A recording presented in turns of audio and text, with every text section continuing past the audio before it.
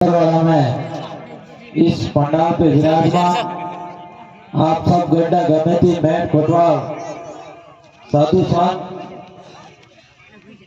मेरे भारत आदिवासी पार्टी के सभी कार्यकर्ता और आप सबने वहां से आए और यहाँ तक लाए कार्यकर्ता धूम धमाके से, इसके लिए मेरी ओर से आप सबको नमन करते हुए जोहार करना चाहूंगा। हम आगे आगे चल रहे हैं और एमएलए साहब जो प्रताक्षी राजकुमार जी और जो हमारे जेकी भाई हैं वो पीछे पीछे आ रहे हैं। एक कार्यक्रम और बाकी है, लगभग 9 से 10 कार्यक्रम हो गए। गला पूरी तरह से बैठ गया है, सही तरह से बोल भी नहीं पा रहे हैं, लेकिन हमने भी ठान लिया है गले की आवाज चाहे चले जाए चाहे गला फट जाए, पर यहाँ डूंगरपुर बांसवाड़ा चुनाव तो जीत कर ही रहेंगे।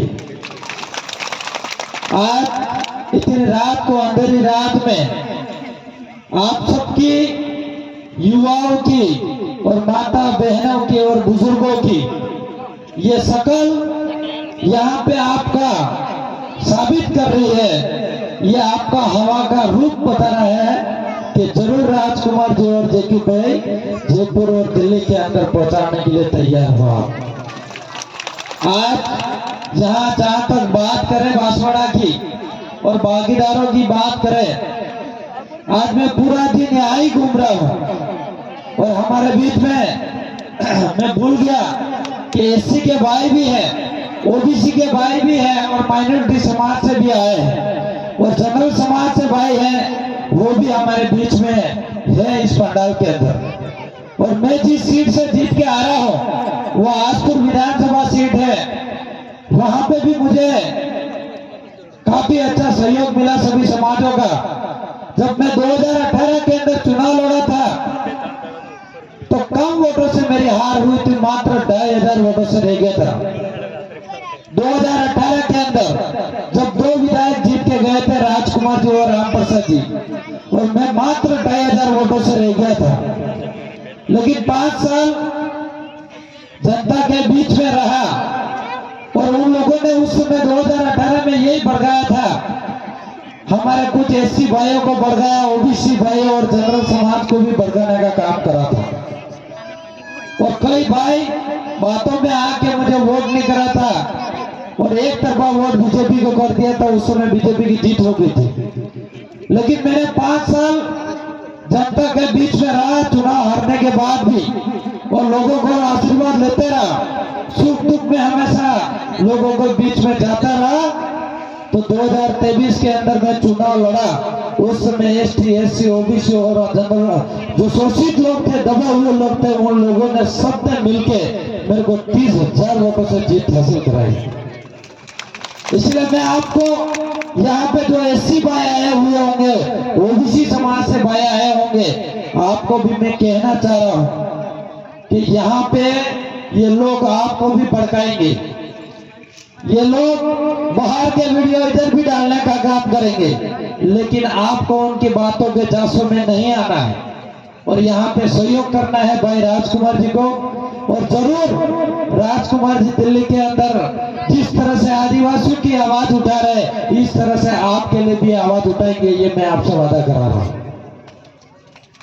आज हमारे यहाँ पे कल ही एक सभा करके गए नरेंद्र मोदी साहब, और यहाँ पे जो कैंडिडेट खड़ा हुआ है वो कैंडिडेट महेंद्र सिंह मालविया, जो 4 बार विधायक रह गए हैं और 1 बार मंत्री भी रहे हुए हैं, और फिर जितना खाना था इतना खा लिया और कम बढ़ गया तो बीजेपी के अंदर शामिल हो गए। सही कह रहा हूं, गलत कह रहा हूं? और ये पैसा जो घोटाला करा है, ये घोटाला कोई उनके घर की मकान की दीवार नहीं बन रही थी, वो घोटाला जो करा है, ये घोटाला जो आपके पानी के लिए था, आपकी किनाल बन रही थी, उसके अंदर घोटाला करा है। माही डैम का पानी हर खेत तक पहुंचाने का काम करना था, और ये मंत्री था, लेकिन उसने हर खेत हर किसान को पानी दिलाने का काम नहीं करा, उसके खुद के घर भरने के लिए घोटाला करके खुद बीजेपी के अंदर शामिल हो गया। इस बात को ध्यान रखने की जरूरत है।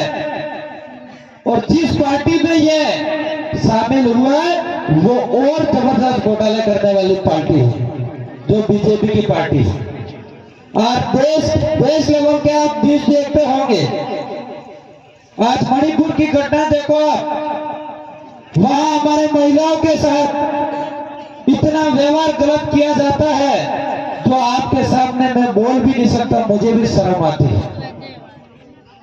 देश के प्रधानमंत्री नरेंद्र मोदी को मणिपुर की महिलाओं के साथ अत्याचार शोषण हो रहा था, वो नहीं दिखा, वहां पे 1 घंटे के लिए नहीं गया। लेकिन बांसवाड़ा के अंदर राजकुमार जी 12 वोटों से जीत रहे हैं, वो दिख गया और यहाँ पे सभा लेने के लिए जरूर आ गया। इस बात को समझने की जरूरत है हम लोगों को। जहां पे अपने समाज पे शोषण होता है, अत्याचार होता है, वहां पे नहीं जाते ये लोग। उनकी खुद की रोटियां सेकने के लिए, उनका खुद का भला करने के लिए जरूर आपके बीच में आ जाएंगे, जो कल आके गए। और कल आके इतनी झूठी बातें करके गए हैं, झूठा परोस के गए हैं, जो हर घर तक पहुंचाने के लिए बोल के गए हैं। उनके भक्तों को बोल के गए नहीं गए, और 5% भी सच्चाई बात करके नहीं गए।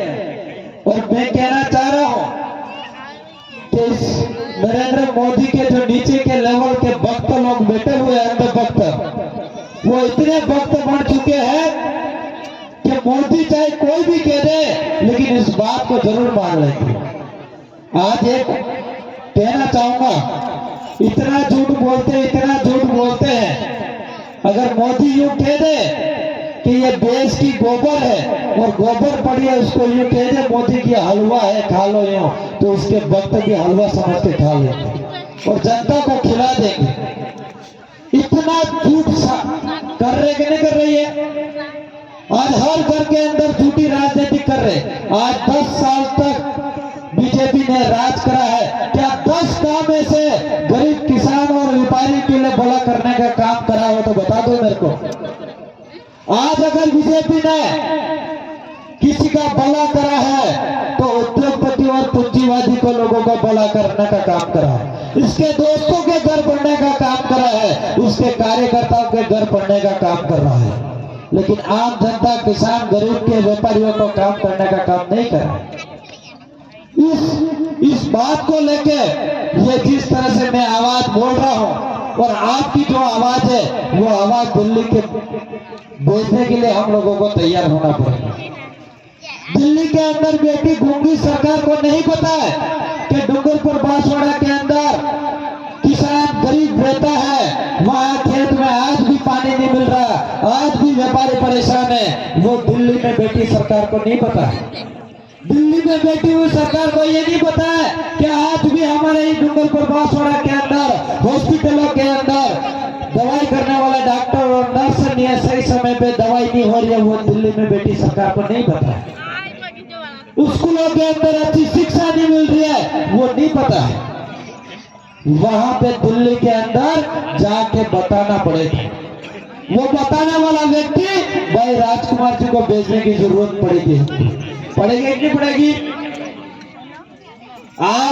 आपकी आवाज यहाँ पे 22 लाख लोग है, 22 लाख एक साथ जनता दिल्ली नहीं जा सकती है, लेकिन 22 लाख की जनता की आवाज एक व्यक्ति दिल्ली के अंदर उठा सकता है, वो भाई है राजकुमार जी।